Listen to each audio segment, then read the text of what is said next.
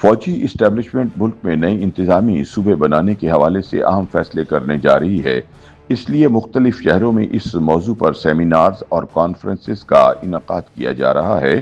ان conferences اور seminar کا موضوع بحث نئے صوبے یا نئے انتظامی یونٹس بنانے کے فوائد تھا۔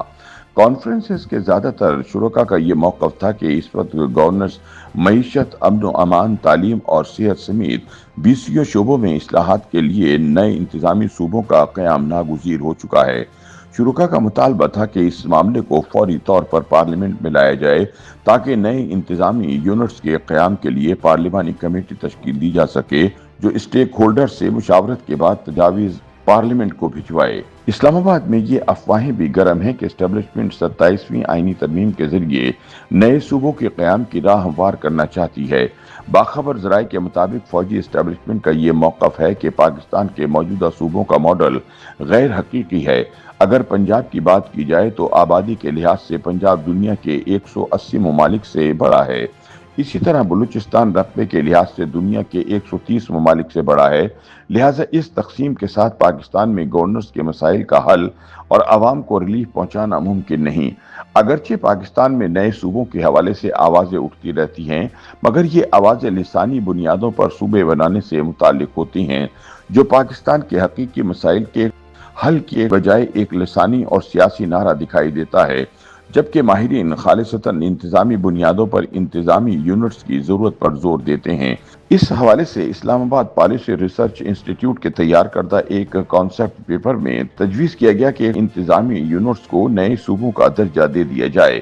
اس تجویز کے مطابق پنجاب کو 5، سندھ اور خیبر پختونخوا کو 3 جبکہ بلوچستان کو 2 صوبوں میں تقسیم کیا جا سکتا ہے۔ ان مجوزہ انتظامی یونٹس کی تفصیل کچھ یوں ہے کہ لاہور کے 1972 کے سول ڈویژن ماڈل بشمول لاہور، قصور، شیخوپورہ، ننکانہ صاحب، گجرانوالہ، سیالکوٹ، نارووال، گجرات، منڈی بہاؤالدین اور حافظ آباد کو صوبے کا درجہ دیا جا سکتا ہے۔ یہ صوبہ کل 28,000 مربع کلومیٹر کے رقبے پر مشتمل ہوگا اور اس کی آبادی 4 کروڑ 15 لاکھ سے زائد نفوس پر مشتمل ہوگی۔ اس طرح ملتان، وہاڑی، خانیوال، لودھرا، ڈی جی خان، راجن پور، لیا، مظفر گڑھ، ساہیوال، اوکارا اور پاکپتن کے اضلاع پر مشتمل علاقے کو صوبہ بنایا جانا چاہیے، جو کہ 60,000 مربع کلومیٹر پر مشتمل ہے۔ اس کے علاوہ سرگودا، میاں والی، بھکر، فیصل آباد، جھنگ، چنیوٹ اور ٹوبہ ٹیک سنگھ کے اضلاع پر مشتمل ایک صوبہ بنانے کی تجویز دی گئی ہے، جس کا رقبہ 45,000 مربع کلومیٹر بنتا ہے اور آبادی 2 کروڑ 58 لاکھ نفوس پر مشتمل ہے۔ بہاولپور، بہاول نگر، رحیم یار خان کا رقبہ 45,346 مربع کلومیٹر پر مشتمل ہے، جبکہ ان کی آبادی 1 کروڑ 34 لاکھ سے زائد ہے۔ ان علاقوں کو بھی صوبے کا درجہ دیا جا سکتا ہے۔ اس طرح راولپنڈی، جہلم، چکوال اور اٹک کی آبادی 1 کروڑ 14 لاکھ جبکہ رقبہ 22,000 کلومیٹر سے زائد ہے۔ اسی طرح Karachi south, Karachi east, Karachi west, Karachi central, Malir, Korangi اور کماری پر مشتمل علاقے کو صوبے کا درجہ دینے کی تجویز پیش کی گئی، جس کی آبادی 2 کروڑ 38 لاکھ نفوس پر مشتمل ہے۔ اس طرح گوٹ کی خیرپور، سکھر، سانگڑ، نوشہرہ، فیروز، شہید، بے نظیر آباد، جیکب آباد، کشمور، لاڑکانہ، قمبر، شہداد کوٹ اور شکارپور کے علاقوں کو الگ صوبے کا درجہ دینے کی تجویز پیش کی گئی۔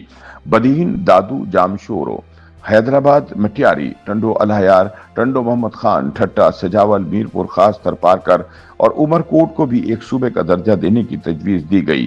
اسی طرح خیبر پختونخوا کے لیے تجویز کردہ 3 انتظامی یونٹس میں مالاکنڈ، چترال، سوات اور دیر پر مشتمل صوبہ مالاکنڈ، جبکہ ڈیرہ اسماعیل خان، جنوبی وزیرستان، ٹانک بنو، لکی مروت، شمالی وزیرستان پر مشتمل ڈی آئی خان صوبہ بنانے کی تجویز دی گئی۔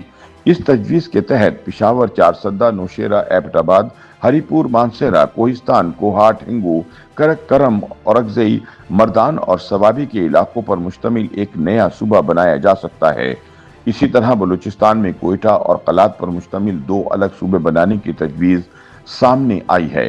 فوجی اسٹیبلشمنٹ کا موقف ہے کہ گورنرز کے مسائل کے حل کے لیے درکار نئے صوبوں کے قیام میں سب سے بڑی رکاوٹ سیاسی اشرافیہ ہے، کیونکہ نئی حد بندیاں ان کے سیاسی ماڈل کے لیے نقصان دہ ہیں۔ دوسری جانب سندھ کی حکمران جماعت پیپلز پارٹی مزید صوبے بنانے کے حق میں نہیں۔